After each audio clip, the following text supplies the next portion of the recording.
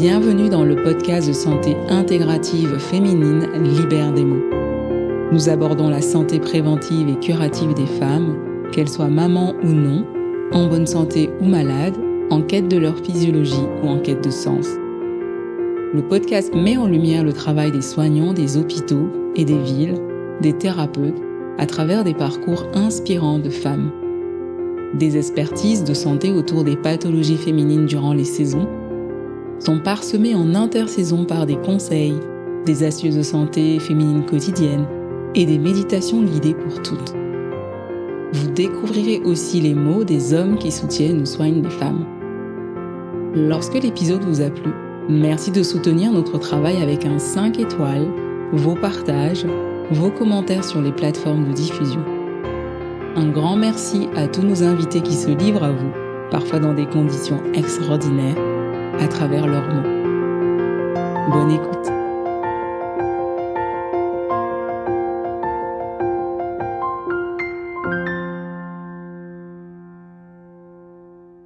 Alors, avant qu'on commence, je vais vous inviter parce que c'est un thème assez particulier, à prendre vraiment 2-3 minutes pour vous poser et puis laisser vos yeux se fermer.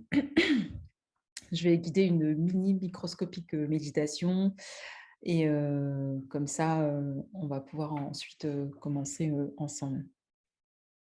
Voilà, essayez de vous installer confortablement. Celles qui sont assises, essayez de peut-être avoir une assise dans laquelle justement vous avez la sensation que votre périnée est vraiment relâché.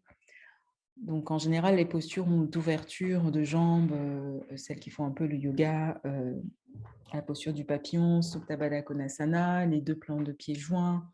On vient justement se reconnecter à l'énergie de la terre, de la plante des pieds, avoir un peu les pieds sur terre. Et puis de peut-être prendre une main, c'est des invitations, donc vous faites vraiment comme vous pouvez et ressentez. De prendre une main et de venir la poser au niveau de votre sternum, dans l'espace là où vibre justement votre souffle, le souffle de votre âme. À chaque inspiration que vous faites et à chaque expiration. Et on est aussi dans cette zone où on a notre cœur qui bat, qui peut battre justement la chamade lorsque on a un désir qui monte en nous, lorsqu'on a une sensation qui vient nous envelopper, qui vient réveiller une forme d'intuition qui naît du cœur. Donc laissez votre main se poser là et essayez de prendre le temps de ressentir que cette main, elle est guidée par cette vibration de votre cœur. Elle est guidée par cette vibration de votre souffle qui rentre et sort de vos poumons.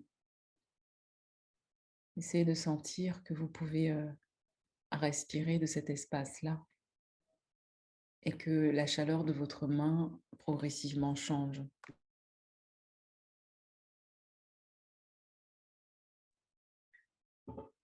Et puis je vais vous inviter à prendre des grandes inspirations à 3 temps et de rester vraiment poumon plein et la main vraiment posée comme accolée au niveau de la poitrine et de venir expirer avec un long et profond soupir. En laissant la main rentrer encore un peu plus dans l'espace du cœur. Donc à chaque fois que moi je vais continuer à parler, vous gardez vraiment ce rythme respiratoire, des inspires en 3 temps et des longs soupirs jusque dans le bas de votre ventre. N'hésitez pas à laisser le corps s'arrondir autour de la main qui est posée dans l'espace du cœur, comme pour se fermer. Et quand vous inspirez en 3 temps, laissez les épaules s'ouvrir, les omoplates se rapprocher, la poitrine se bomber. Et en continuant cela, si c'est OK pour vous, je vous invite à venir imaginer derrière vos paupières closes la partie de votre sexe, votre sexualité, mais matérialisée justement dans cette zone de votre corps. Comment est-ce que vous représentez votre sexe? Est-ce que c'est quelque chose de grand, d'inconnu, de bizarre, de dur, de douloureux? Et faites ça en continuant vraiment de respirer. En 3 temps, l'inspire. Et vous gardez l'air à l'intérieur de vous. Et quand vous expirez, arrondissez. Laissez la main aller encore un peu plus en contact avec le cœur. Continuez encore à chaque inspiration à ouvrir la poitrine. Ouvrez vraiment la poitrine. Et à l'expiration, arrondissez le corps. Et quand je parlais tout à l'heure de la représentation que vous faites de votre sexualité, c'est aussi celle qu'on vous a transmise. Comment est-ce que cela a été évoqué au sein de la famille? Comment est-ce que cela a été évoqué au sein de la fratrie? Comment est-ce que vous avez grandi avec cet organe et tout ce que cela comporte, compose et enclenche chez vous? Comment est-ce qu'aujourd'hui vous en parlez autour de vous? Comment est-ce qu'aujourd'hui vous partagez votre intimité sexuelle avec vous et les autres personnes? Continuez toujours à inspirer en 3 temps et expirer en soupirant profondément. Nous allons venir maintenant à chaque expiration ici, contracter légèrement notre périnée en fin d'expire, mais des contractions très douces, pas un serrage fort, dur, qui serre les fesses, qui serre les dents. On reste vraiment dans cette zone du périnée. Donc vous inspirez 3 temps, la poitrine s'ouvre, vous expirez, vous laissez la main rentrer un peu plus dans l'espace du cœur, le haut du corps s'arrondir et vous contractez le périnée, vous le relâchez avant de réinspirer en 3 temps. Très bien, on va continuer à faire ça et pour les pensées, on va inviter cette sensation d'expansion, de désir dans la sexualité. Comment est-ce que je me désire? Comment est-ce que je désire l'autre? Comment est-ce que je partage avec l'autre mon désir? Comment est-ce que je réfrène mon désir? Comment est-ce que dans la journée, lorsque je ressens le désir monter en moi, je l'accepte, je l'accueille ou pas? Garde encore quelques instants notre manière de respirer. Et puis maintenant, je vais vous inviter à prendre une grande inspiration ample et profonde, à la garder. Vous restez poumon plein, vous venez serrer le périnée très, très, très, très fort, et vous restez poumon plein, vous serrez le périnée très, très fort. Et maintenant, vous serrez tout votre corps en même temps. Vous serrez les fesses, les dents, tout le corps. Vous serrez tout, vous serrez tout, vous serrez tout. Comme si vous ne vouliez pas qu'on vous touche, comme si vous ne vouliez pas que l'émotion qui était là soit vue. Vous serrez tout, vous serrez tout. Et quand vous sentez que vous allez expirer, vous ouvrez grand les bras, vous relâchez le périnée et vous faites un grand soupir. On va refaire ça encore une dernière fois. J'inspire. Je garde l'air à l'intérieur de moi. Je viens serrer mon périnée. Je serre les dents. Je serre mes poings. Je serre les mains. Je serre les cuisses. Vous serrez tout votre corps. Tout ce que vous pouvez serrer. Vous serrez, vous serrez, vous serrez, vous serrez les dents, la gorge. Vous serrez tout très, très fort, très, très fort. Et vous tenez encore, encore, encore, encore, encore. Et paf, vous relâchez tout d'un coup. Voilà, reprenez des inspirations et des expirations amples et profondes.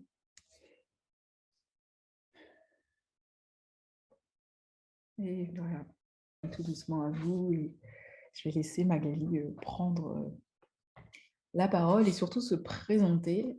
Je suis Magali Benoît, je suis docteure en psychologie, je suis sexologue et je suis psychothérapeute. Vraiment, sincèrement, merci Nina de m'avoir conviée à cette petite réunion autour du désir sexuel et de la sexualité. Je travaille au premier centre expert de l'endométriose en Seine-Saint-Denis, hein, je suis en région parisienne, moi. Et je travaille en centre de procréation médicalement assistée, toujours en région parisienne, où j'accompagne les couples dans leurs difficultés de couple et dans leurs difficultés sexuelles, beaucoup.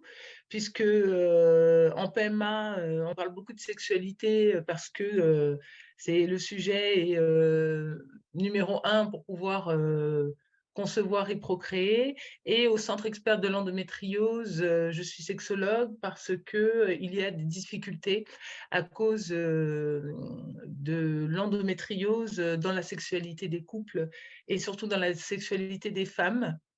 Je suis auteure, de différents livres. Là, j'en ai un qui va, être, édité, qui est déjà édité, mais qui va sortir, début du mois de mai, qui parle, de la phobie de pénétration du pénis.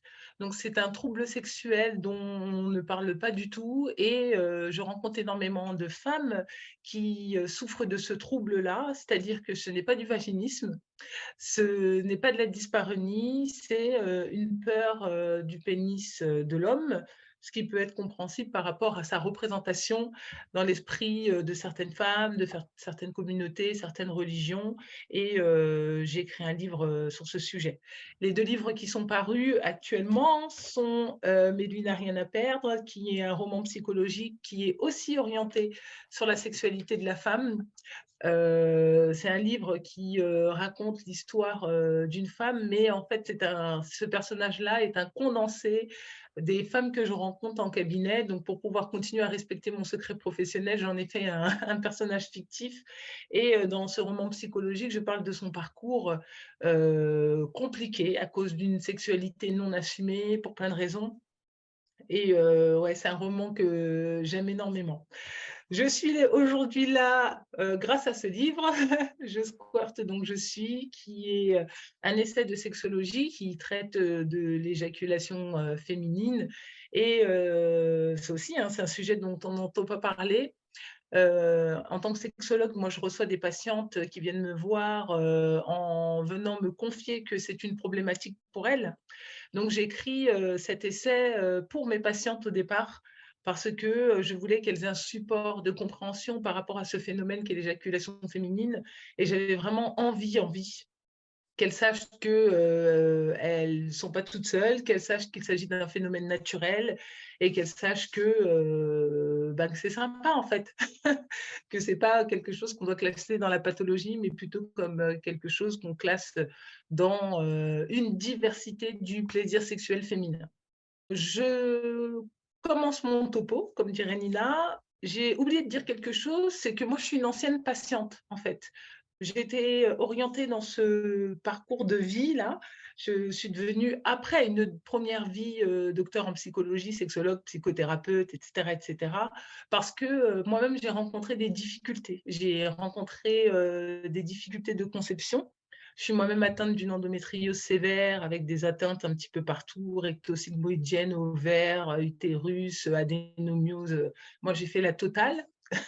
Donc ça a été très compliqué pour moi, de concevoir. Donc après de multiples opérations, j'ai été orientée en fécondation, in vitro, en centre de procréation médicalement assistée où, là, je me suis rendu compte, de la difficulté, d'être femme, de la difficulté, d'avoir une maladie, chronique incurable, vivre la difficulté, des problèmes sexuels dans le couple à cause de cette maladie et lorsque je suis sortie de ce parcours, hein, qui, s'est soldé quand même avec 2 grossesses et 3 enfants, je me suis réorientée. Voilà, totalement. Je suis repartie à l'université, j'ai fait un diplôme de psychothérapie, j'ai fait un diplôme de médecine et biologie de la reproduction, j'ai fait un doctorat de psychologie et puis ensuite, j'ai proposé mes services à la clinique dans laquelle j'ai fait mes enfants et ils m'ont embauchée. Voilà et depuis ce jour-là, j'œuvre, pour le bien-être des femmes, le bien-être des couples et surtout, pour le bien-être sexuel, féminin. Ce soir, on va parler du désir sexuel féminin, sa complexité. Le titre de la conférence, c'est, «Du non-désir, au possible, squirt, à la possible éjaculation féminine». Je voulais commencer par le désir sexuel féminin et effectivement, comme, le titre de ce soir, de cette soirée, le désir sexuel féminin, c'est un sujet qui est assez complexe, qui est assez multifactoriel, mais je vais essayer de l'aborder quand même de façon simple et concise. Je reçois énormément de patientes tous les jours à mon cabinet. Ce matin encore, j'avais une consultation avec une dame qui, m'explique qu'elle n'a pas de désir sexuel et souvent, je dois accompagner ces femmes à comprendre pour quelles raisons elles n'ont pas de désir sexuel. Qu'est-ce que signifie le désir sexuel? Parce qu'on a l'impression, que c'est quelque chose, d'inné, hein, pour, certaines personnes, mais pas du tout en fait. Le désir sexuel, c'est quelque chose qui, pour la femme, hein, particulièrement, parce que l'homme ne fonctionne pas du tout comme la femme au niveau du désir sexuel Et il faut savoir que, c'est quelque chose d'assez complexe et d'assez multifactoriel. Le désir sexuel féminin ne peut pas être classé dans une seule et unique catégorie. Il faut savoir qu'il va être, stimulé par différents facteurs. Donc le premier facteur dont j'aimerais parler et que je vais développer, c'est le facteur hormonal. Il faut savoir que, les hommes sont composés de testostérone, les femmes ont beaucoup moins de testostérone. Donc la testostérone, hein, c'est le petit messager qui va emmener des messages au cerveau et l'hormone du désir. Les hommes sont faits que de testostérone. Les femmes en ont beaucoup moins. Donc, ça ne veut pas dire que, les femmes, n'ont pas de désir sexuel. Ça veut dire qu'il va falloir d'autres facteurs en plus de cette testostérone pour permettre à la femme d'avoir du désir sexuel. Hormis le facteur hormonal, il faut savoir qu'il y a aussi un facteur éducationnel. Donc, moi, j'ai appris que les enfants in utero déjà avaient, déjà une sexualité in utero. Mais quand je parle de sexualité, c'est pas une sexualité comme nous on l'entend. Une sexualité, in utero, c'est la recherche du plaisir, avec la succion, avec on se rend compte que quand on fait des échographies, Nina, que, on peut, voir, des petits fœtus qui sucent leur pouce et cetera. C'est de la sexualité. Et donc, au niveau éducationnel, lorsqu'on a cette notion de sexuel et de sexualité dans le développement de l'enfant, on va, être plus attentif à, laisser cet enfant explorer, laisser cet enfant, développer naturellement sa sexualité. Je parle de l'éducation parce que j'ai énormément de patientes qui viennent me voir, qui ont été bridées dès l'enfance dans leur sexualité, à ne pas toucher son sexe, à ne pas, aller, se frotter, contre, son petit oreiller ou sa petite couverture ou voilà, où on va interdire de façon éducationnelle l'enfant, à développer naturellement et spontanément sa sexualité, qui n'est pas la sexualité d'adulte, mais que l'adulte va interpréter comme quelque chose d'une «déviance» entre guillemets chez l'enfant. Donc, on a parlé, des hormones, on en a parlé de l'éducation et ce dont on va parler aussi, c'est l'influence socioculturelle. Une femme qui exprime son désir, une femme, qui, sait quel chemin emprunter pour pouvoir, avoir accès à son orgasme, on sait comment on appelle ça. Moi, je suis témoin lorsque, j'ai écrit mon livre sur l'éjaculation féminine, qui est un livre dans lequel je parle de ma propre expérience de la découverte de l'éjaculation féminine. Je parle d'un temps où, j'étais plus jeune, un temps où je suis adolescente, un temps où je suis adulte et jusqu'à, mon état de sexologue. J'ai reçu des commentaires assez, étonnants de la part de femmes, pour me dire: «Mais le sujet est dégueulasse, que ce n'est pas la peine d'en faire un livre, que, c'est limite pornographique», des choses assez, étonnantes. Alors que je connais un auteur qui a écrit 400 pages sur le pénis masculin et ce monsieur a fait un best-seller. Voilà.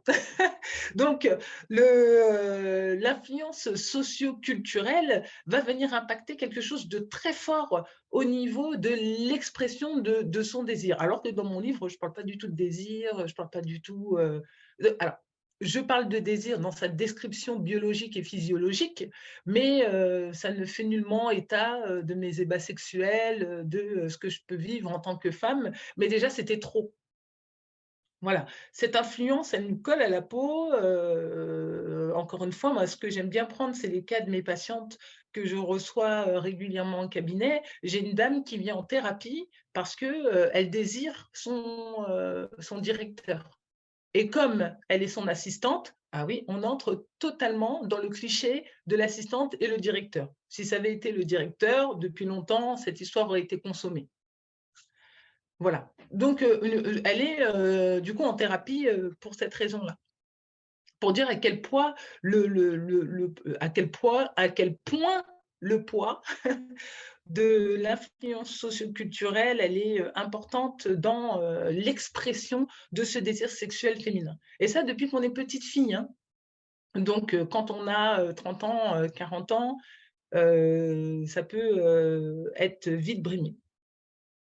J'ai parlé de la testostérone. Je disais que la testostérone a été plus faible en quantité chez les femmes que chez les hommes. Il faut savoir et connaître en tant que femme quels sont les facteurs qui vont jouer un rôle dans la détermination de notre désir sexuel. Voilà. Parce qu'on a moins de testostérone, il faut pouvoir additionner différentes choses en plus de cette testostérone pour pouvoir activer notre désir sexuel. J'ai parlé des stéréotypes de genre en expliquant que les femmes avaient quelque chose du fait de leur genre à avoir quelque chose d'une attente sociale particulière par rapport à leur désir sexuel, ce qui va créer et contribuer soit à la suppression de ce désir sexuel, soit à la sublimation de ce désir sexuel. Soit on va brimer la femme dans l'expression de son désir, soit on va la sublimer en faisant d'elle, alors je parle de la société, mais elle-même peut se voir comme un objet de réponse au désir de l'autre et va créer quelque chose de cette espèce de phénomène qu'on peut voir aussi actuellement dans les téléréalités, etc., avec la bimbo, avec les gros seins, etc., qui représentent l'objet du désir. Chez les femmes, on peut aussi retrouver dans cette difficulté à exprimer son désir de la honte et de la culpabilité. C'est exactement ce sur quoi je travaille avec cette petite patiente que j'aime beaucoup, qui est follement désirante et désireuse d'avoir un contact avec son directeur. C'est d'aller voir ce qui l'empêche de rechercher ou d'exprimer ce désir sexuel. Il y a un point que je voulais évoquer aussi, qui est très, très important et que je rencontre encore une fois tous les jours dans mes séances, c'est le manque d'exploration des femmes de leur propre désir. Parce que depuis tout à l'heure, je parle du désir avec son alter, hein, avec la personne qui est censée stimuler ce désir, mais les femmes avec elles-mêmes, elles ont aussi cette difficulté d'aller explorer leur propre désir. Ça, encore une fois, c'est à cause de la nature. Le sexe des femmes étant moins exposé, moins disponible, moins accessible qu'un homme, ça demande vraiment un très grand effort à une femme d'aller explorer son sexe, contrairement à un homme qui va sous la douche et puis qui c'est visible, que l'eau du pommeau va contacter tout de suite. La femme elle sera obligée de faire un effort supplémentaire, par exemple, pour amener ce jet d'eau à atteindre l'endroit spécifique, le clitoris par exemple, sous la douche. Voilà. Et c'est pas inné du coup. Une femme, elle va pas aller faire spontanément prendre son petit pommeau. Bon bref, voilà, ça devient quelque chose d'assez compliqué. Et pour toutes les raisons que j'ai évoquées avant, ce manque d'exploration de soi-même, ce manque d'exploration de son propre désir, ce manque d'exploration de ses propres zones génitales va devenir quelque chose d'un manque dans l'expression de son désir sexuel féminin. Il n'est jamais trop tard. Je suis là pour ça, pour vous dire qu'il n'est jamais trop tard. Si cette exploration n'a pas été faite avant, elle peut se faire maintenant. Il n'y a pas de problème. L'exploration du désir sexuel peut se faire à tout moment. Je pense que ce que tu étais justement en train de dire sur l'absence d'exploration, je rebondis juste là-dessus rapidement parce que, en fait, notre désir va aussi changer en fonction de ce qu'on a traversé. Si j'ai eu un gros coup de stress, si j'ai, enfin, j'en sais rien, j'ai même conduit, j'ai été constipée pendant 5 jours, en fait, Oui, l'exploration change, en fait, toutes nos sensations vont changer, nos perceptions vont changer et C'est pour ça que des fois, dans les accompagnements que moi je peux avoir, je dis aux personnes de se masturber 1 fois par semaine pour récupérer quelque chose d'à peu près, enfin, se reconnecter et ressentir un peu ce qui se passe, autour, enfin, en soi, mais on parlera de ça après. Je lis vos questions et je les répondrai, on les mettra après, à la fin du topo. J'essaie juste de rebondir sur des éléments comme ça, rapidement. La masturbation est l'un des traitements qui est proposé très, très régulièrement en sexologie, hein. Ça fait partie des traitements, pour dans les cas, de douleurs sexuelles, dans le cas, de baisse de libido, dans, le manque de désir sexuel chez la femme et je préconise très, très fortement, la masturbation et assez régulièrement et effectivement aussi dans, cet objectif d'exploration par exemple, dans un cycle. Par exemple, pour l'endométriose, pour les femmes qui souffrent de dyspareunie, des douleurs à la pénétration, grâce à la masturbation, elles ont pu, explorer les moments de leur cycle où, les contractions de l'orgasme, par exemple, sont moins douloureuses. Grâce à la masturbation, ça a permis, de savoir, dans quelle position, sexuelle la douleur est, diminuée. J'ai un exercice que je propose aussi au centre de l'endométriose, c'est avec des petits dilatateurs, où, la femme va aller toucher grâce au dilatateur, dans le vagin, les lésions, voilà, pour voir à quelle intensité ça fait mal et à quelle intensité, pardon, au niveau du cycle. Voilà. La masturbation, c'est un outil extraordinaire. J'ai, élaboré une théorie que, j'appelle la théorie de la base de données. Le désir sexuel, il faut savoir qu'autant pour les hommes que pour les femmes, le désir sexuel, c'est, aussi en lien à sa capacité à fantasmer, à sa capacité à avoir de l'imaginaire érotique, de l'imaginaire sexuel. D'ailleurs, c'est à ça que ça sert les films porno au début. Après, bon, il y a eu quelques dérives, dans tous les sens, mais hem, cette théorie de la base de données, c'est quelque chose que j'utilise aussi avec mes patients. C'est, on a une base de données érotique, sensuelle, sexuelle dans notre cerveau et cette base de données, elle peut être totalement vierge, c'est-à-dire ne jamais être intéressé par, des lectures, érotiques, ne jamais être intéressé, ça du coup j'ai une patiente dernièrement qui est venue me voir avec son conjoint, qui me disait: «Bah, écoutez, je ne sais pas quoi dire, mais ni quoi faire, mais ma femme n'a aucun fantasme». Qui dit qu'elle n'a aucun fantasme, dit que, bah, au niveau de son désir sexuel, le désir sexuel, il est, assez bas. Pourquoi? Parce que, plus une femme a d'expérience érotique, plus une femme a, alimenté sa base de données, ça peut être avec Sex and the City, hein. J'ai une patiente qui regarde Sex and the City et dès qu'elle a terminé de regarder cette série, elle a un rapport sexuel. Parce que sa base de données va être alimentée par des scénarios, va être alimentée par, un imaginaire qui fait que quand elle en aura besoin, elle va aller se référer à cette base de données, aller se référer à cette base de fantasmes pour pouvoir activer son désir sexuel. C'est vrai que, encore une fois, socialement, une femme qui va regarder, des films pornographiques, une femme, qui va s'intéresser, si les harlequins encore c'est toléré et les 50 nuances de grey là. Mais c'est la 50 nuances de grey, c'est vraiment bien. Donc il faut considérer, que les souvenirs, l'expérience, les lectures, les films et d'autres stimuli qui vont être stockés dans le cerveau et ça va pouvoir être utilisé dans d'autres moments de la vie pour déclencher un désir sexuel. Encore une fois, j'ai une patiente qui me disait il y a 3 jours, «Moi, je suis toujours prête. Quand, je dois avoir un rapport sexuel, je suis prête». Oui, elle est prête parce qu'avant d'avoir son rapport sexuel, elle a fantasmé son rapport sexuel. Elle a fait appel à son imaginaire érotique. Elle a fait appel à des expériences qu'elle a vécues avec cette personne. Et lorsque elle se retrouve en action, elle est déjà prête.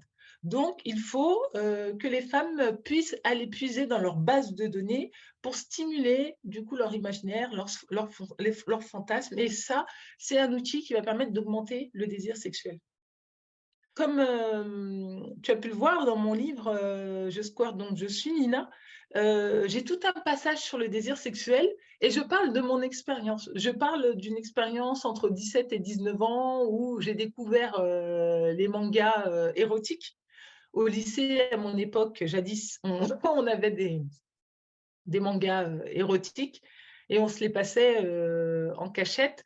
Et c'est vraiment ça, du coup, qui a alimenté au départ de ma vie ma base de données, du coup, de références sexuelles. Et aujourd'hui, à l'âge que j'ai, je suis encore capable d'aller chercher des éléments qui m'avaient stimulé dans ces souvenirs-là pour pouvoir stimuler mon désir sexuel. Voilà. L'alimentation de la base de données pour maintenir une sexualité saine pour les femmes, c'est pas quelque chose, encore une fois, d'obligatoire. Il faut savoir que ça va contribuer à augmenter votre désir sexuel. Je dis ça parce que je suis pas en train d'inciter les femmes à avoir des expériences sexuelles partout, fréquentes pour alimenter la base de données. Ça peut être juste de la lecture. Ça peut être, moi j'ai des supports pour mes patientes sous forme de podcast. C'est super en fait, c'est, des petites séquences, érotiques sous forme de podcast. Le fait que ce soit un audio, ça permet à la personne de laisser, son imaginaire, voguer comme il le souhaite et permettre d'alimenter cette base de données. La théorie de la base de données montre que le désir sexuel est un processus complexe chez la femme. Voilà. C'est un processus complexe, multifacette. La base de données est un élément parmi tant d'autres. Et c'est vrai que j'encourage les femmes à aller explorer leur sexualité, aller expérimenter des nouvelles choses et peut-être aller expérimenter des nouvelles expériences. Et lorsqu'on va faire ça, on va alimenter sa base de données érotique, sa rêverie fantasmatique, et ça va permettre, quand vous en aurez besoin, dans des situations où vous voulez faire appel à votre désir sexuel, vous pourrez aller chercher dans cette base de données. J'ai reçu une patiente il y a peu de temps qui vient me voir parce qu'elle me dit qu'elle n'a aucun désir sexuel et qu'elle n'a aucun fantasme, que c'est difficile pour elle d'avoir une approche sexuelle avec son conjoint. Et je lui ai amené cette théorie, voilà, de la base de données. Et elle s'est rendue compte d'elle-même qu'effectivement, elle n'avait aucune rêverie érotique pour toutes les raisons que j'ai pu vous donner, culturelles, religieux, sociétales, etc. C'est quelque chose qu'elle ne faisait pas. D'ailleurs, pour pouvoir faire cette soirée, j'ai été chercher une statistique concernant le visionnage des films érotiques et pornographiques. Bon, les films érotiques et pornographiques, quand vous allez interroger des gens, étant donné que c'est considéré parfois comme étant des pratiques un petit peu honteuses de regarder des films érotiques, et cetera.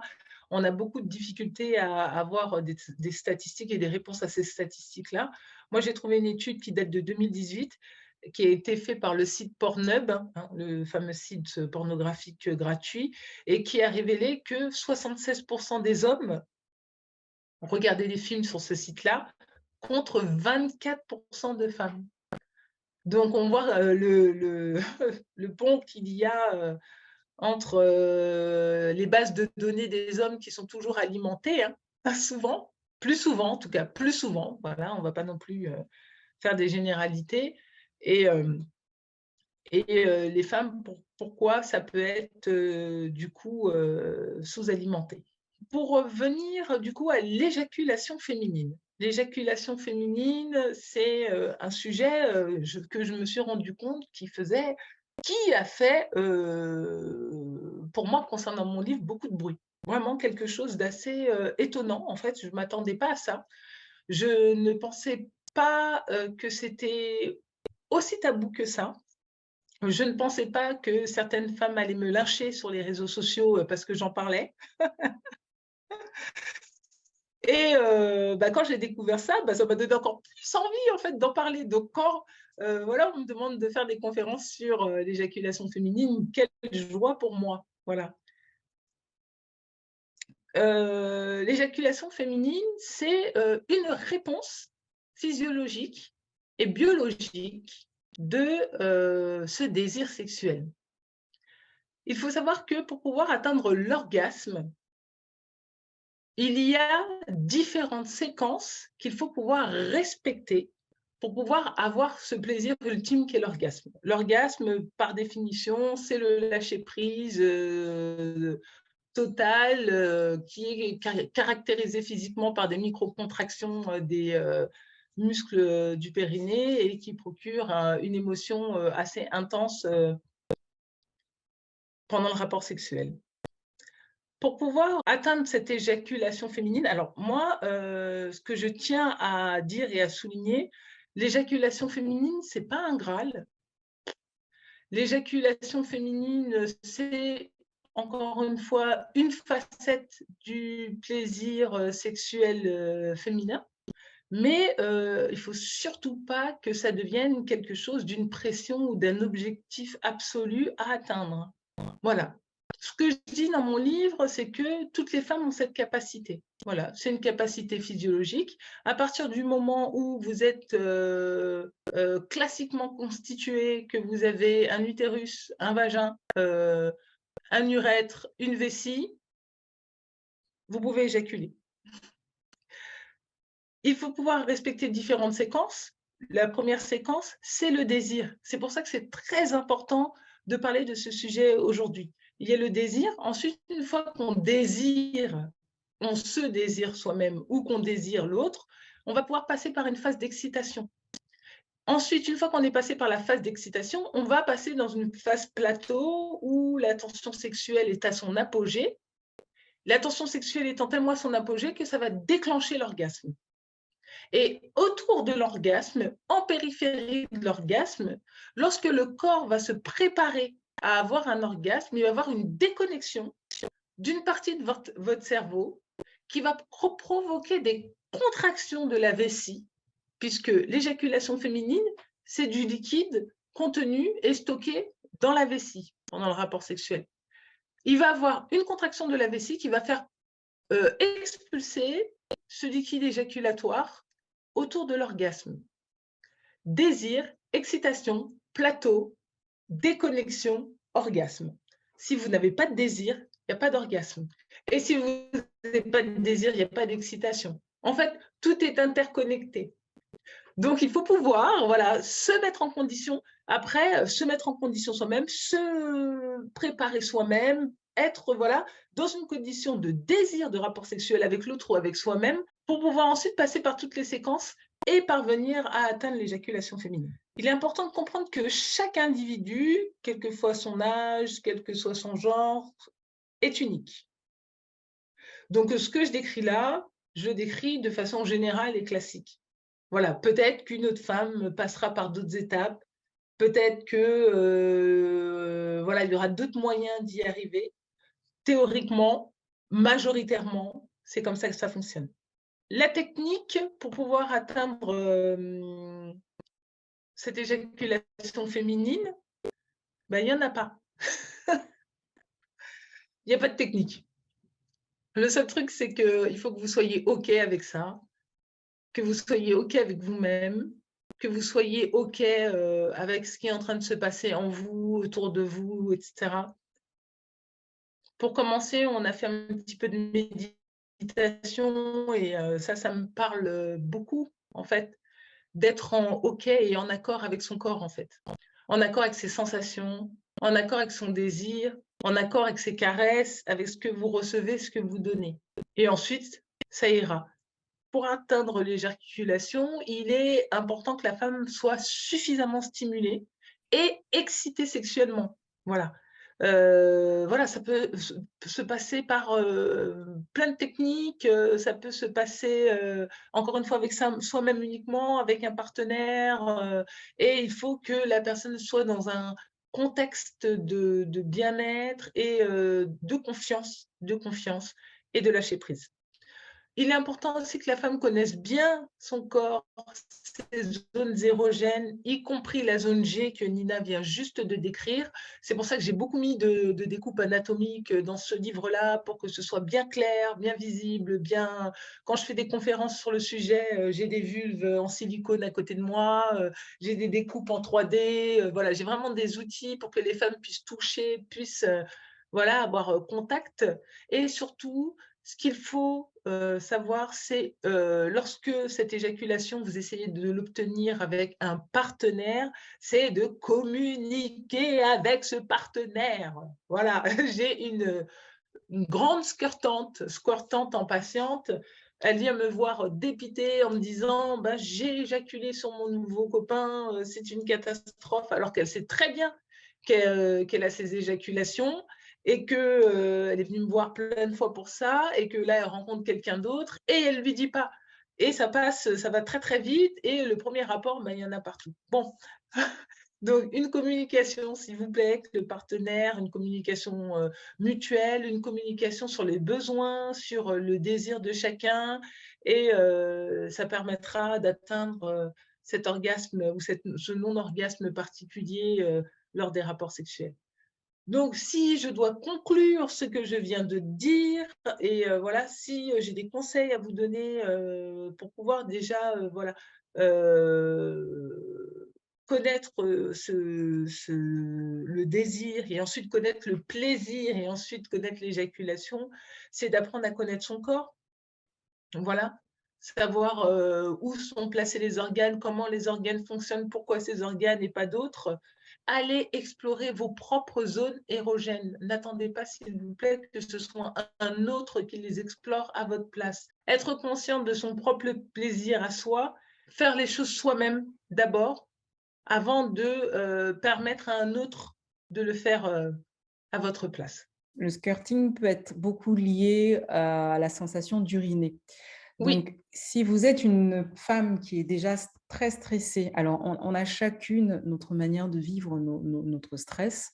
Ça dépend de comment notre corps est constitué. Ça, voilà, moi, par exemple, je me rends compte que les femmes que j'accompagne qui sont grandes, longilignes, le stress va se localiser au niveau des jambes parce que forcément le centre de gravité, avec la taille est bas, est plus élevé et donc c'est oh, cette ouais, zone voilà, haut, c'est ces zones qui vont se crisper.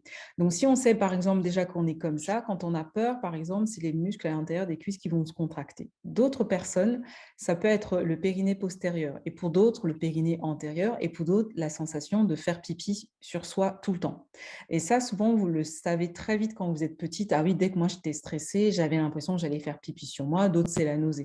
Donc, c'est déjà important de savoir comment votre corps vit, reçoit et interpelle le stress, la peur, parce que le squirting, c'est vraiment relié c'est ça, on a vraiment l'impression qu'on va se faire pipi dessus.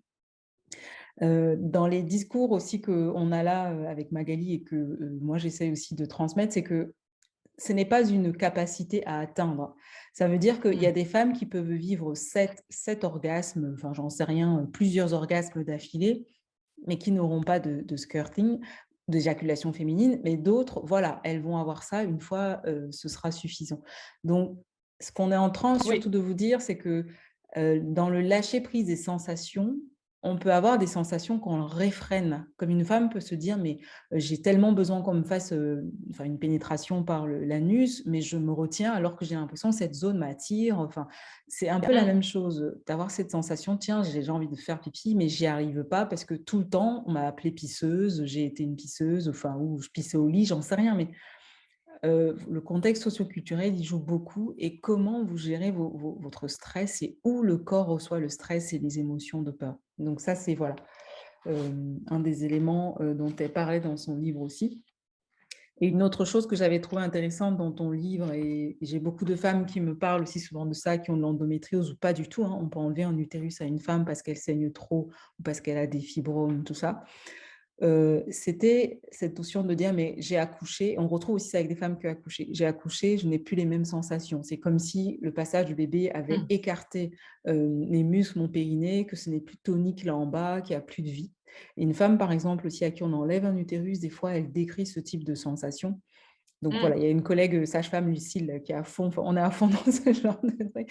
Donc elle pourra aussi répondre et intervenir. Mais c'est vraiment pour vous dire que, ces éléments de base, le travail de la sensation est importante, et à chaque fois que vous traversez des moments de stress, donc je vais rebondir sur la question qui nous a été posée et je laisserai, Magali répondre ou si une autre personne a envie, de dire, le désir va aussi varier avec le stress. Donc si on a été trop stressé et qu'on n'a pas réussi à on n'arrive pas à lâcher prise, c'est relié à ça. Comment est-ce que je relâche mon organe de stress, en fait, ma zone de stress? Comment est-ce que je la détends? Parce que c'est comme ça que vous allez vous partager, enfin, vous autoriser à être dans le partage charnel, avec l'autre. Quand on enlève les organes ou par exemple l'utérus, la place est réoccupée. Il faut savoir que le Oui. vide, des intestins, d'autres éléments vont venir, réutiliser ça, et qu'il y a aussi une rééducation aux sensations à avoir parce que, effectivement, il y aura peut-être plus le poids de l'utérus qui va jouer sur la vessie, ainsi de suite, tout ça, mais il y a tout un travail de réappropriation, tu en parles un peu dans ton livre aussi, qui peuvent être faits. Souvent, la sensation de vide après une hystérectomie ou voilà, c'est des sensations qui sont, aussi très psychologiques par rapport, à la représentation de ce que sont ces organes-là aussi. Il y a vraiment les 2 qui jouent parce qu'effectivement, quand on enlève un utérus, il y a une place qui était occupée qui ne l'est plus. Donc on peut vraiment avoir cette Voilà. sensation-là, à cette nouvelle sensation à s'approprier, et c'est ce que je disais avec les états de stress. Quand on a vécu un stress ou un trauma ou un choc, il y a des sensations nouvelles à aller chercher, et ça, c'est une éducation Ah oui. au ressenti est vraiment primordiale chez nous les femmes. Il y avait, Edwige qui nous disait: «Ce soir, j'ai des fortes douleurs et je me demandais si c'était mon endométriose qui était de retour et je n'ai pas pensé que ça pouvait être lié à mon accouchement, même si j'ai eu une césarienne». Donc ça, c'était ce qu'on disait avec Lucille, justement, en début, quand tu étais allée chercher, Magali, ton ordinateur, que, la grossesse peut créer des tensions et des douleurs résiduelles dans le corps, après l'accouchement ou même la césarienne avec la cicatrisation. Donc il y avait Lucille qui expliquait justement, parce qu'elle est à Paris aussi comme toi et elle a des approches, thêta carpi. Moi, je travaille beaucoup avec, les mains, enfin, je suis très dans les fascias, et elle, voilà, elle avait cette explication-là. Donc je pense que l'une de vous 2 peut répondre à cette patiente-là avec vos approches, comme j'ai déjà assez parlé aussi. Je vous laisse la parole. Alors après, la césarienne, ça reste quand même une intervention chirurgicale. Bien sûr, il peut y avoir des adhérences qui se créent un petit peu autour et donc qui sont pas forcément en lien direct avec le phénomène de l'endométriose. Tout Donc à cet fait. aspect cicatriciel peut être traité effectivement par la técarthérapie, comme on disait. Par exemple, moi, je traite beaucoup aussi en ce moment des patientes qui ont des douleurs autour de la zone de la césarienne alors que la cicatrice a l'air plutôt saine et tout ça. Mmh. Et ça peut permettre de soigner, de traiter ce type de douleur. Donc ça, il ne faut pas hésiter à en parler à un spécialiste. Après, de toute façon, le corps, l'endométriose peut rester présent parce qu'on sait que c'est une période un peu lune de miel pendant une grossesse par rapport aux symptômes de l'endométriose. Et après, si ça récidive, il ne faut pas hésiter à revoir avec un médecin pour évaluer dans quelle mesure est-ce que c'est la césarienne et la cicatrice ou est-ce que c'est l'endométriose qui est récidive et qui recrée des douleurs. Voilà. Tout à fait. Et toi, Magali, dans ton centre, puisque c'est aussi une des pathologies que tu accompagnes, les femmes qui ont été, qui ont accouché, est-ce qu'elles déclarent plus de votre côté, justement, des douleurs, pelviennes, post-accouchement? Ben, on a, beaucoup de douleurs pelviennes post-accouchement, on ne sait pas pourquoi, mais on a l'impression que, bon, après des césariennes, ça s'explique parce que du coup, voilà, l'utérus est fragilisé et cetera. Quand il y a de l'adénomiose, il y a plus facilement, des adhérences qui vont se former sur la cicatrice et cetera. Mais, c'est vrai qu'on a des déclarations, d'endométriose, sur des femmes qui n'en ont jamais eu, post-accouchement. il y a énormément de changements corporels quand même après un accouchement. Et en plus, on parle pas forcément assez du dos, c'est-à-dire que la statique lombaire, etc., va être modifiée. Et il y a des problématiques d'innervation aussi du pelvis par, comment dire, le dos. Et donc, ça peut créer des douleurs postpartum qui n'étaient pas Mm. présentes. Et c'est vrai que on parle beaucoup d'endométriose, mais que si on, il y a beaucoup de patientes qui ont des, alors l'endométriose, même dans le diagnostic, c'est compliqué parce qu'en fait, on peut faire des IRM et avoir un biais de lecture entre deux radiologues qui vont être plus ou moins sensibles au diagnostic. Donc c'est vrai qu'après, bon bah même si ça fait partie du bilan de la douleur et qu'il y a des caractéristiques d'endométriose, alors est-ce que c'est ovarien, est-ce que c'est au niveau de la cloison, on va dire recto-vaginale et tout ça, mais de savoir localiser, ça permet de toute façon de soigner la douleur quelle qu'elle soit. Après, Mm. dans ma vie personnelle, je suis pas forcément sûre qu'il y ait comment dire, une accélération de l'endométriose post-accouchement, mais je Non, pense que je c'est pense pas non plus. voilà. Mais je pense que c'est parce qu'on est plus fort dans le diagnostic parce qu'il y a une plainte. Voilà. Oui. Et c'est pour ça que, pour préciser par rapport aux autres femmes qui n'en ont pas, qui sont là, voilà, ne restez pas, même si vous avez accouché, dans l'année qui suit, refaites un point avec votre sage-femme, parce que ce que Lucille explique et ce qu'on explique justement là avec Magali, c'est que si une femme qui n'avait pas de douleur, elle accouche, elle a l'endométriose, elle est plus sensible, se plaint. En fait, ça existe aussi chez d'autres femmes qui vont accoucher. Moi, je revois des femmes 1 an, 2 ans après qui viennent parce qu'elles ne dorment pas et que le deuxième, elles essayent d'avoir un enfant et que le corps est complètement bloqué, les nerfs, l'innervation est bloquée, elles ont des troubles de la fertilité, dont du désir, parce qu'il y a des douleurs lancinantes, Oui. permanentes et sournoises, en fait, qu'on n'arrive pas à évoquer, à toucher. Donc, voilà, ça, c'est la petite précision. Donc, il y a une autre question qui vient. D'où vient le fait d'avoir toujours de la libido? Alors, Alors, avoir toujours de la libido, oui.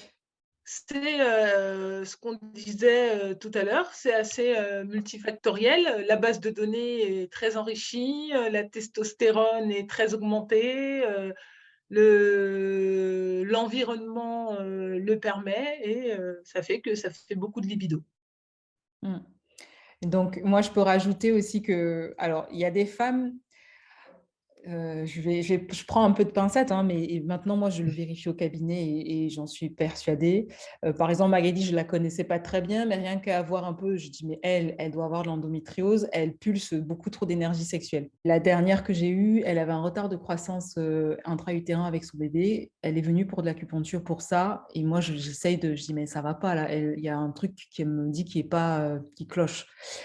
Je la regarde, je dis, mais moi, je ne peux pas faire de l'acupuncture, je n'ai pas toutes les données. Elle me dit, donc là, elle me dit, oh là là, j'ai honte, je trompe mon mari.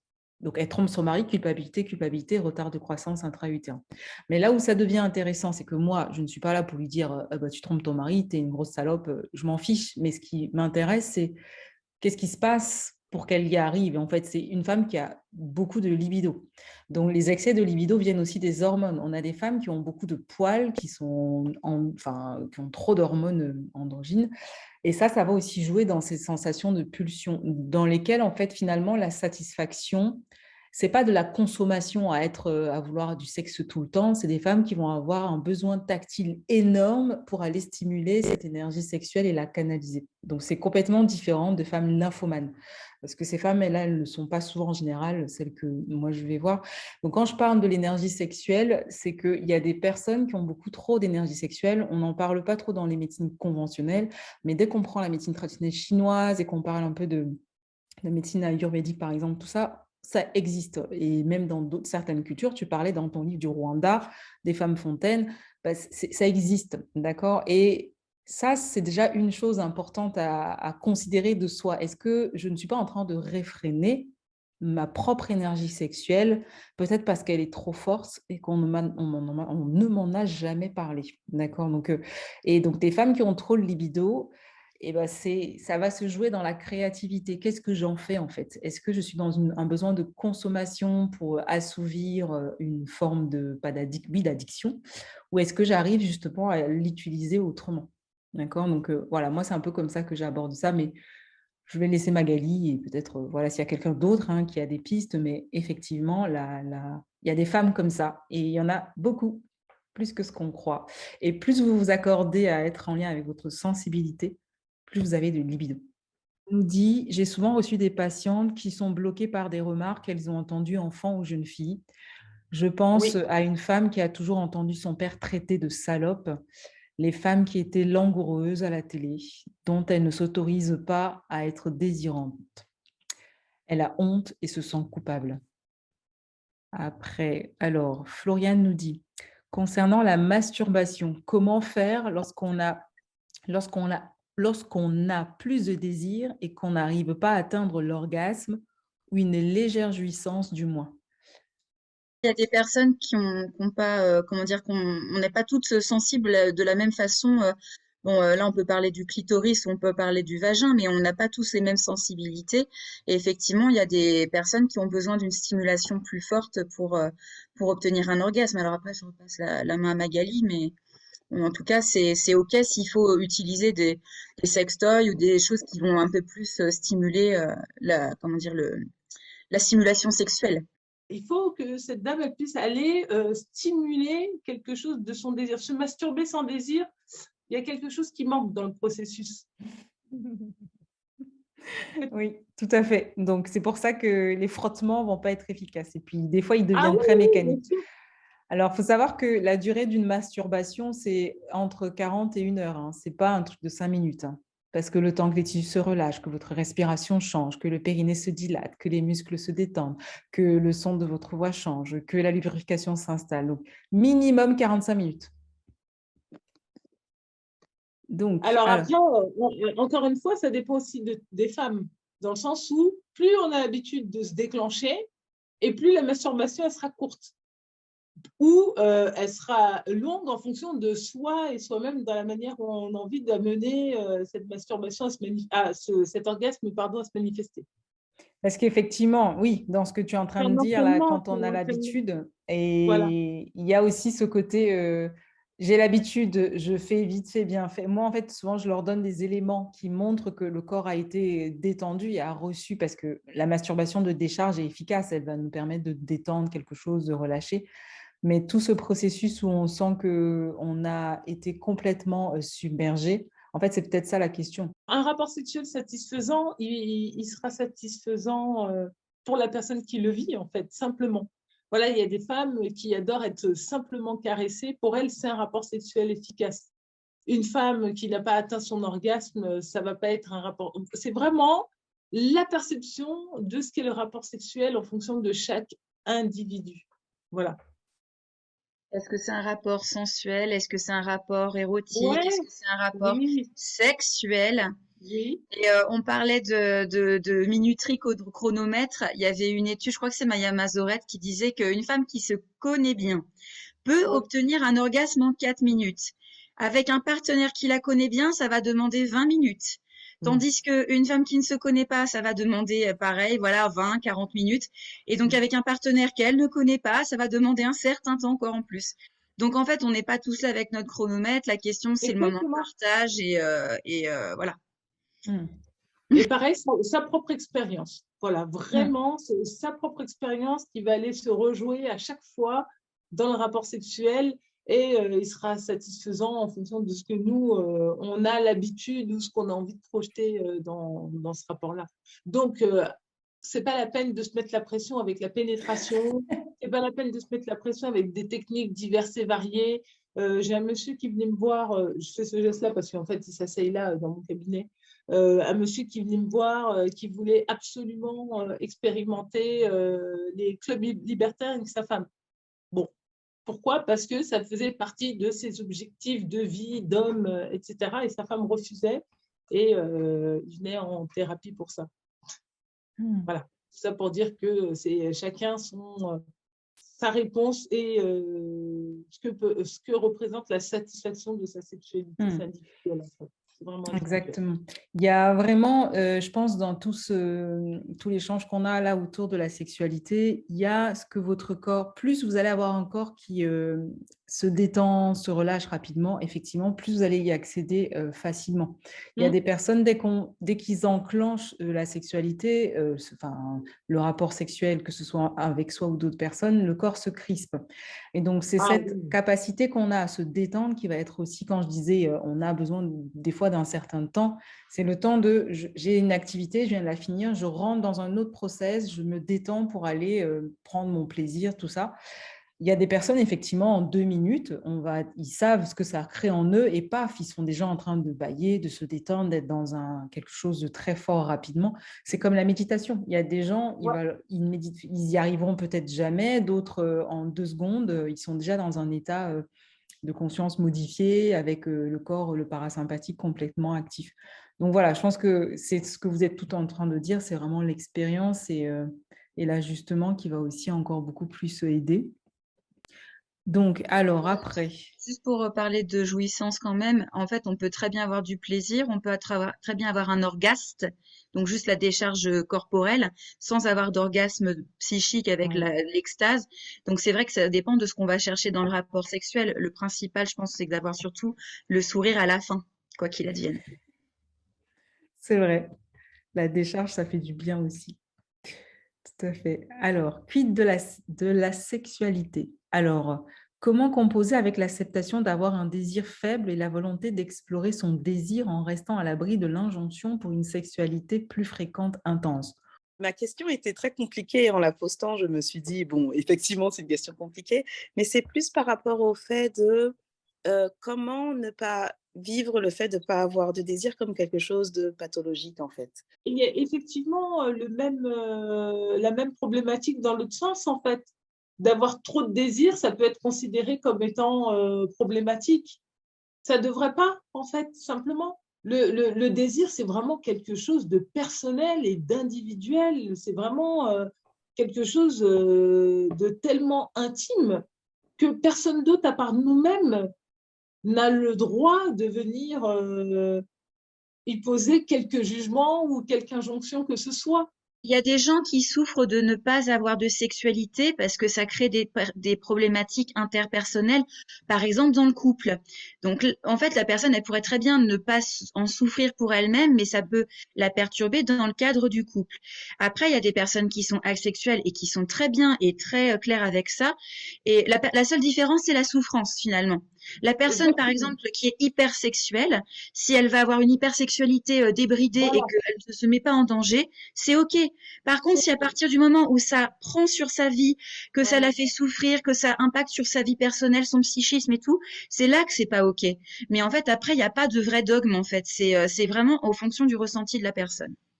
Et je suis tout à fait d'accord. D'ailleurs, en psychothérapie, ce qu'on dit, c'est que tant que la pratique ne cause pas de souffrance, elle est normale. Voilà. Donc, il n'y a aucun problème avec ça, en fait. Et je pense qu'il y a aussi, parfois on peut faire plaisir à l'autre sans être dans la culpabilité. Et ça, c'est des notions qu'on n'a pas beaucoup en Occident. C'est comme si le plaisir, enfin, je ne sais pas, il y a des patientes, par exemple, des fois qui me disent, quand elles viennent d'accoucher, j'ai pas envie, je sais pas quoi faire, il a envie. Je lui dis, mais tu lui fais une fellation, c'est OK. C'est un plaisir. On n'est pas obligé de chercher tout le temps à être dans une jouissance commune. Si elle est dans la jouissance, qu'elle mange tout son paquet de chocolat, enfin, je sais pas, ses bonbons, mais c'est son plaisir. On disait tout à l'heure que les bébés, ils avaient déjà ce truc avec les doigts dans la bouche. Donc, on peut partager des choses avec les autres sans pour autant être dans cette quête de sensations fortes, communes. Donc, l'injonction, de ce fait, n'aura pas de place. C'est-à-dire, l'autre, il voulait quelque chose, on lui a offert parce que ça nous fait plaisir, parce que c'est aussi comme ça qu'on aime quelqu'un. C'est pas, voilà. Et je pense que voilà, ça se joue aussi là. La souffrance peut aussi se jouer vraiment là, à ce niveau-là.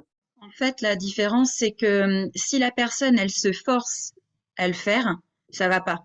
Si elle le fait comme un cadeau à l'autre personne, c'est OK aussi. Mais à partir du moment où elle se force et qu'elle n'est pas en consentement même avec elle-même, c'est pas bon pour elle, en fait. Parce qu'en fait, je rappelle juste qu'aussi, ce qu'on appelle un peu de la violence, finalement, c'est quand il y a menace, contrainte, force et surprise. Donc, quelque part, si on se force soi-même, si on se parle comme ça, de cette façon-là, dans l'acte sexuel, c'est pas bon. À partir du moment où on se dit, allez, je vais peut-être me botter un peu les fesses parce que je suis fatiguée, qu'il y a bébé qui pleure, que machin, que truc, mais qu'on y va pour un geste de cadeau et voilà, là, c'est pas vécu de la même façon et c'est OK. On a parlé du lâcher-prise. On voit le lâcher-prise, c'est vraiment relié à cette capacité de trouver comment on peut déjà nous-mêmes se détendre et pas. Et puis parfois, il y a des personnes dans l'acte sexuel qui ont vraiment besoin qu'on les accompagne à beaucoup se détendre avant de pouvoir rentrer dans l'acte. Donc, si vous savez, par exemple, que quand vous êtes stressé et que vous êtes peut-être clitoridienne pour que la détente s'installe dans le corps, enfin, c'est important que vous sachiez ce qui peut détendre complètement votre corps pour que l'autre puisse y avoir aussi accès. Alors, la perte de désir peut-elle être liée à un manque d'enracinement aussi? Je fais le lien avec le chakra racine. Et Magali, peux-tu nous parler de la peur du pénis? Est-ce que le phallus, Oh, la peur du manque de contrôle, d'être pénétré? Tout est dedans. alors, je ne pourrais pas parler du chakra de l'enracinement, parce que je vois à peu près où il est situé, je vois les petites bulles lumineuses là, mais je ne peux pas en parler, je ne sais pas c'est quel, Ouais. je pense que Moi, Nina, je pourrais en parler, ça, il n'y a pas de... Mais oui, tu voilà. peux répondre aux autres sans souci, merci. Concernant la phobie de la pénétration, il y avait des patientes qui venaient me voir en ouvrant ma porte et en me disant bonjour, je souffre d'un vaginisme, aidez-moi. Et au fur et à mesure du questionnement, au fur et à mesure du questionnement des expériences de la femme, je me rendais compte que certaines avaient la possibilité de se faire ausculter par des gynécologues, d'autres avaient des masturbations, d'autres avaient déjà eu d'autres types de pénétration. Et seulement que c'était le pénis du conjoint qui était problématique en fait pour ces femmes-là. Uniquement le pénis du conjoint. Donc, on était dans des situations où on orientait les patientes en procréation médicalement assistée, des choses assez lourdes, en fait, finalement, parce que ce trouble-là n'était pas correctement défini. Et oui, pour la personne qui a posé la question, je fais toute une théorie sur la représentation du pénis masculin, avec toute l'histoire de la domination, le pénis masculin phallus, comparé souvent et représenté par une épée, une dague, un couteau, et le petit vagin de la femme comme étant défini comme un fourreau. Donc, il est évident que quand on est dans ces représentations symboliques du couteau ou de l'épée toute puissante qui va enfourailler dans un fourreau fragile, ça peut créer aussi une forme de phobie par rapport à ce pénis qui peut être quelque chose d'une arme et qui peut être quelque chose de dangereux pour certaines femmes. Et encore une fois, dans ce livre, je parle des aspects culturels, religieux, etc. Dans plusieurs du coup, pays du monde, le pénis, et dans certaines religions, le pénis est représenté et considéré comme un danger pour la femme.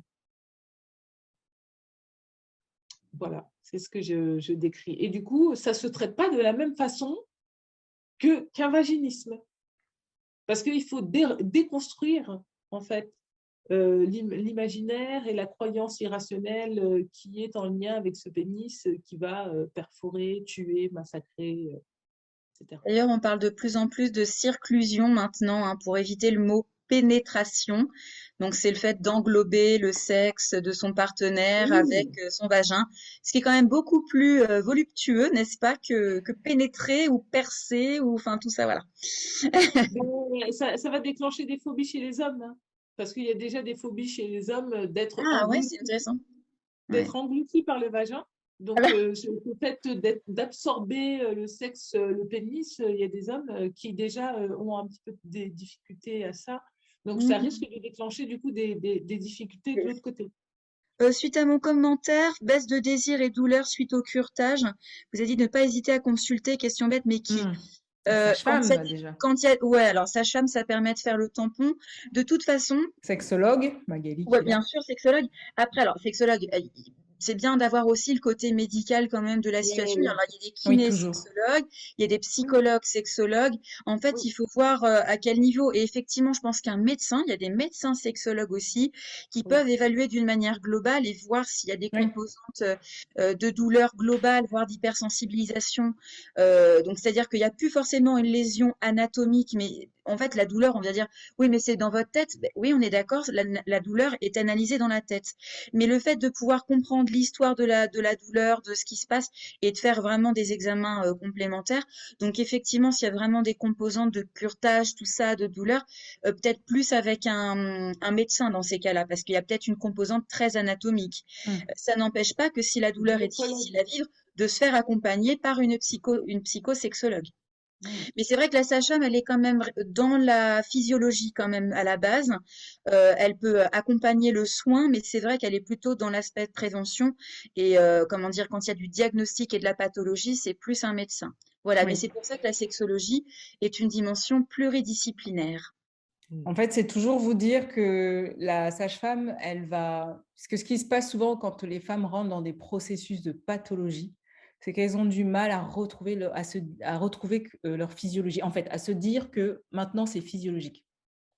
Et c'est la grosse difficulté qu'on a beaucoup, enfin, que moi, je rencontre beaucoup avec certaines femmes, c'est qu'une fois que le circuit patho s'est enclenché, à un moment, il faut se rendre compte que ben, ça ne changera plus, enfin que on arrive à un point où ça y est, un nouvel équilibre est atteint et que c'est votre nouvelle physiologie.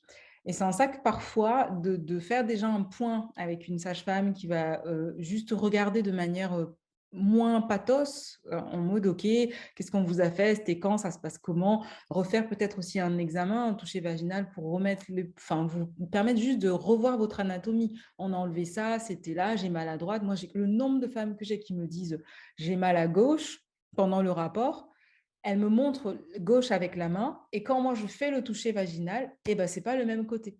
Vous voyez, donc quand Lucille parlait tout à l'heure de cette représentation de la douleur qui est dans la tête, cette composante dans la tête qui se bloque du coup du côté droit alors qu'on est dans les sensations des tissus à gauche, ça, c'est déjà des données qui peuvent déjà, rien que ça, en fait, soulager une patiente de ses sensations. D'accord? Donc, je pense que d'avoir quelqu'un qui va être neutre, qui va vous permettre de revenir à quelque chose de moins pathos et qui va permettre aussi d'enclencher des suivis pathologiques, de vous accompagner. En fait, en tant que sage-femme, on a beaucoup un rôle de coordination de soins. On le voit même en maternité. Donc, cette coordination-là devient intéressante. Comme ça, elle peut vous orienter en vous écoutant, en prenant ce moment pour vous écouter, vers les personnes qui pourront le mieux vous accompagner. Et comme dit Lucille, voilà, Magali, par exemple, elle a une spécialité, elle est sexologue avec une casquette à côté. Les sexologues ont toujours une casquette. Il y a des sages-femmes sexologues, il y a des médecins sexologues. Après, quand on arrive à trouver un médecin de la douleur, sexologue, qui ferait tout, voilà, c'est toujours aussi intéressant. Merci à tout le monde, en tout cas. Merci Magali, merci Lucille d'avoir répondu aussi aux questions des personnes. Merci Magali, hein. À Ouais, bientôt. Merci, ouais. Lucille. À bientôt tout le monde. Bonne soirée, Salut merci. Au Nina. revoir.